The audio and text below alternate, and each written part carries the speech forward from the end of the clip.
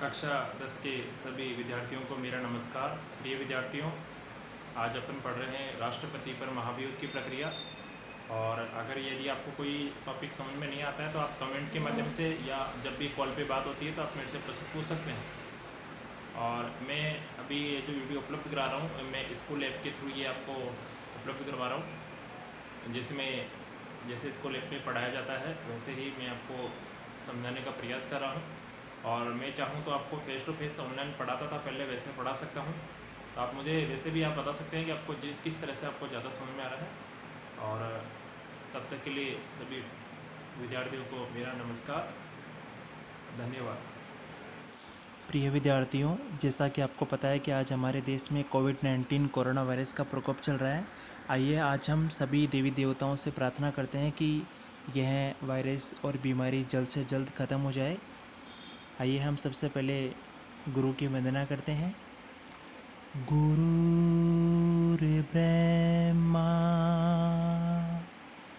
गुरुर्विष्णु गुरुर्देवो महेश्वराय गुरुर्साक्षात्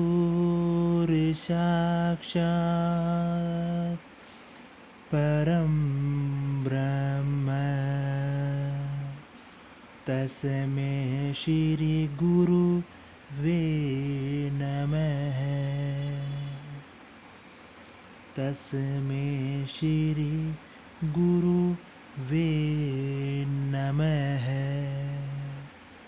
ॐ भूर्भुवस्वः तत्सवितुर्वरेण्यं भर्गो देवस्य धीमहि धियो यो नः प्रचोदयात्। ॐ भूर्भुवस्वः तत्सवितुर्वरेण्यं भर्गो देवस्य धीमहि धियो यो नः प्रचोदयात्।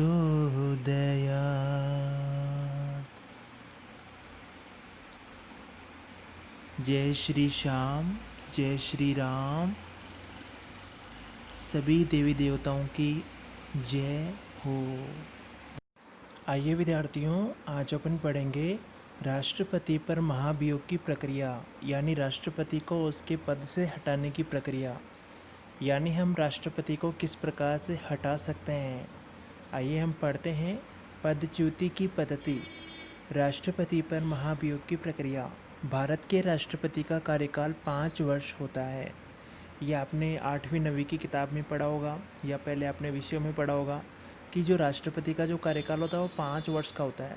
पर मैंने आपको पिछले वीडियो में बताया था कि जो राष्ट्रपति होता है, भारत में राष्ट्रपति का जो पद होता है उसको न तो रिक्त रखा जा सकता है, यानी उसको खाली भी नहीं रखा जा सकता, न ही राष्ट्रपति के पद को क्या किया जा सकता है, समाप्त किया जा सकता है। राष्ट्रपति के पद को समाप्त भी नहीं किया जा सकता और न ही खाली रखा जा सकता है ना। किंतु भारतीय संविधान के अनुच्छेद 61 के अनुसार, यानी जो भारतीय संविधान का अनुच्छेद 61 है उसके अनुसार जो राष्ट्रपति है ना, भारतीय संविधान का जो अनुच्छेद 61 है उसमें कहा गया है कि राष्ट्रपति के जो विरुद्ध महाभियोग की प्रक्रिया के बारे में उल्लेख किया गया है कि किस तरह से राष्ट्रपति के विरुद्ध महाभियोग की प्रक्रिया शुरू की जा सकती है। महाभियोग मैं आपसे फिर कह रहा हूँ कि महाभियोग किसे कहते हैं। महाभियोग का मतलब होता है कि राष्ट्रपति को उसको उसके पद से हटाने की एक प्रक्रिया है, यानी हम किस तरह से राष्ट्रपति को उसको उसके पद से हटा सकते हैं। तो अभी मैं आपको ये बताना चाहता हूँ कि राष्ट्रपति को हटाने की प्रक्रिया क्यों चलाई जाती है या किस कारण से राष्ट्रपति पर महाभियोग लाया जाता है। तो आइए हम पढ़ते हैं। देखो, मैं आपको समझाने के लिए बता रहा हूँ कि यदि राष्ट्रपति अगर संविधान का अतिक्रमण करता है, संविधान का अतिक्रमण आपको पता है कि यानी संविधान के नियमों का पालन नहीं करता है ना। तो संविधान का अतिक्रमण करने पर जो हमारे देश की जो संसद है, संसद के जो दोनों सदन हैं, संसद के द्वारा एक विशेष प्रक्रिया के द्वारा उसको उसके पद से हटाया जा सकता है। यानी संसद के द्वारा एक विशेष प्रक्रिया के द्वारा उसको उसके पद से हटाया जा सकता है। यानी लोकसभा और राज्यसभा, संसद के दोनों सदन मिलकर के एक विशेष प्रक्रिया के माध्यम से राष्ट्रपति को उसको उसके पद से हटा सकते हैं। ठीक है ना, ये अपने को ध्यान रखना है। और इसी को अपन क्या कह सकते हैं, इसी को अपन महाभियोग कह सकते हैं। आइए देखो आगे पढ़ते हैं इसमें। संविधान का उल्लंघन किए जाने पर, यानी यहाँ बात क्या आ रही है, अभी मैंने आपको बताया कि संविधान का अतिक्रमण, यदि राष्ट्रपति संविधान का उल्लंघन करता है तो उल्लंघन किए जाने पर संविधान में दी गई पद्धति, यानी संविधान में जो दी गई पद्धति है, संविधान में जो दिए गए नियम हैं, उनके अनुसार राष्ट्रपति पर महाअभियोग लगाकर, यानी महाभियोग लगा करके उसको जो राष्ट्रपति है उसको उसके पद से हटाया जा सकता है। उस पर अभियोग लगाने का जो अधिकार है, यानी राष्ट्रपति पर महाभियोग लगाने का जो अधिकार है, वो हमारी भारत की संसद के पास है। यानी हमारी भारत की संसद में जो लोकसभा और राज्यसभा है, यानी संसद के किसी भी सदन में राष्ट्रपति के विरुद्ध महाभियोग का प्रस्ताव लाया जा सकता है। अब देखो महाभियोग चलाने के लिए क्या करना होगा कि अभियोग चलाने की अनुमति के लिए अभियोग चलाने की अनुमति के लिए अभियोग चलाने वाले सदन की, यानी आपको पता है कि राष्ट्रपति के विरुद्ध जिस सदन में, यानी राष्ट्रपति को हटाने के लिए जिस सदन में, यानी मान लो लोकसभा में या राज्यसभा में, तो राष्ट्रपति को हटाने के लिए जिस सदन में आपको पता है कि ये अभियोग लाया जा रहा है ना, राष्ट्रपति को हटाने का जो अभियोग लाया जा रहा है या अभियोग चलाया जा रहा है, तो उसके अंदर आपको पता है कि उस सदन की जो समस्त संख्या है, जैसे लोकसभा की सदस्य संख्या 543 है, 543, और राज्यसभा है तो 245 है, तो सदन की जितनी भी जो समस्त संख्या है उसका 1/4, यानी एक चौथाई जो सदस्य है उनके द्वारा वो हस्ताक्षर होने आवश्यक है। यानी 1/4 सदस्यों का बहुमत होना आवश्यक है इसमें, राष्ट्रपति पर महाभियोग की प्रक्रिया को शुरू करने के लिए, महाभियोग की प्रक्रिया को शुरू करने के लिए, जबकि हटाने के लिए 2/3 बहुमत चाहिए। देखो पूरा समझाऊंगा कि सदन में जैसे लोकसभा है, निम्न सदन, राज्यसभा उच्च सदन है, तो सदन में प्रस्ताव प्राप्त होने के 14 दिन बाद, जब सदन में आपको पता है कि राष्ट्रपति के विरुद्ध महाभियोग का प्रस्ताव पारित हो जाता है, तो उस प्रस्ताव प्राप्त होने के 14 दिन बाद अभियोग लगाने वाले सदन में, यानी जिस सदन में अभियोग लगाया जा रहा है राष्ट्रपति के विरुद्ध, तो 14 दिन बाद अभियोग लगाने वाले सदन में उस पर विचार किया जाएगा। यानी अगर लोकसभा में अभियोग लाया जा रहा है तो लोकसभा विचार करेगी, और राज्यसभा में अगर अभियोग लाया जा रहा है तो राज्यसभा उस पर विचार करेगी। अब कैसे, वो आपको पता है कि उसके ऊपर विचार करेंगे कि राष्ट्रपति के विरुद्ध जो भी आपको पता आरोप लगाए गए हैं क्या वो सही है या गलत है ना, या किस तरह से उसको हटाया जा रहा है। यदि अभियोग का प्रस्ताव अगर लोकसभा और राज्यसभा संसद के दोनों सदनों में जो कुल सदस्य संख्या है उसमें आपको पता है कि जो 2/3 सदस्य, यानी 2/3 सदस्यों के द्वारा स्वीकृत हो जाए, यानी लोकसभा और राज्यसभा संसद के दोनों सदनों में पृथक पृथक अलग अलग 2/3 बहुमत के माध्यम से राष्ट्रपति को उसको उसके पद से हटाया जा सकता है। उसके बाद में देखो ये क्या कहना चाह रहा है कि 2/3 सदस्यों द्वारा स्वीकृत हो जाए तो उसको उसके उपरांत प्रस्ताव द्वितीय सदन को भेजा जाता है। अभी जैसे मान लो लोकसभा है ना, राष्ट्रपति के विरुद्ध महाभियोग का प्रस्ताव लोकसभा में पारित हो गया, तो लोकसभा के सभी सदस्य मिलकर के 2/3 बहुमत के माध्यम से प्रस्ताव पारित कर देंगे, और उसको लोकसभा के बाद में वो कहाँ भेजा जाएगा, राज्यसभा में। तो मैं ये आपसे कह सकता हूँ कि राष्ट्रपति के विरुद्ध महाभियोग का प्रस्ताव संसद के किसी भी सदन में प्रस्तावित किया जा सकता है। यानी महाभियोग किसी भी सदन से शुरू हो सकता है ना, राष्ट्रपति के विरुद्ध। और ये कह रहे हैं कि द्वितीय सदन को भेजा जा रहा है, तो राज्यसभा में अगर पहली बार राज्यसभा में अभियोग लगाया गया है तो राज्यसभा बहुमत के द्वारा प्रस्ताव पारित करेगी और लोकसभा के पास भेज देगी। और लोकसभा में अगर मान लो 2/3 बहुमत के माध्यम से प्रस्ताव पारित हो गया तो लोकसभा की स्वीकृति के बाद उसको राज्यसभा में भेज दिया जाएगा। तो संसद के दोनों सदनों में पृथक 2/3 बहुमत के माध्यम से राष्ट्रपति को उसको उसके पद से हटाया जा सकता है। ठीक है ना। अब देखो मैं आपको एक बात बताता हूँ कि राष्ट्रपति के विरुद्ध जो महाभियोग है ना, वो संसद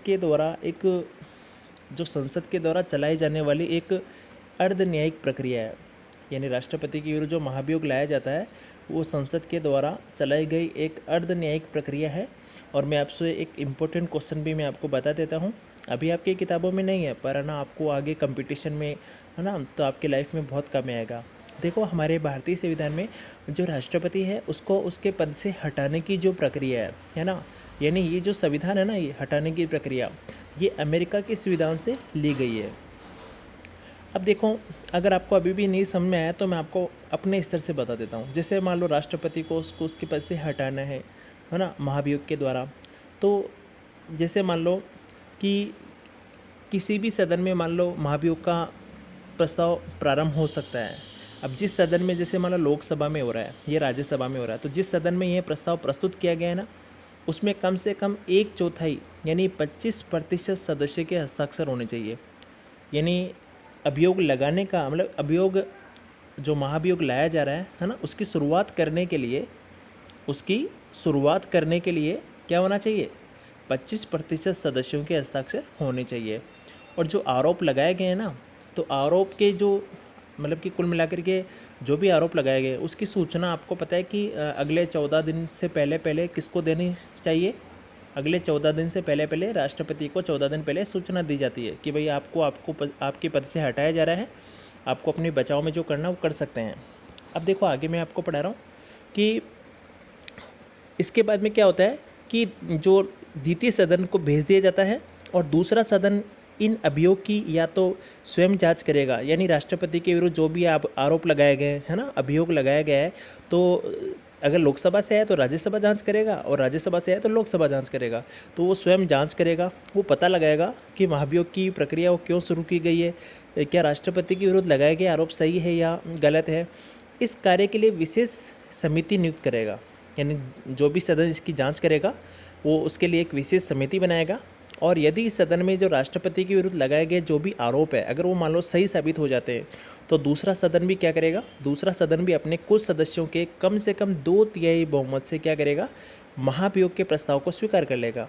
और उससे क्या होगा, उससे आपको पता है कि प्रस्ताव स्वीकृत होने की तिथि से राष्ट्रपति पदच्युत समझा जाएगा। यानी राष्ट्रपति को त्यागपत्र देने की आवश्यकता नहीं पड़ती है ना।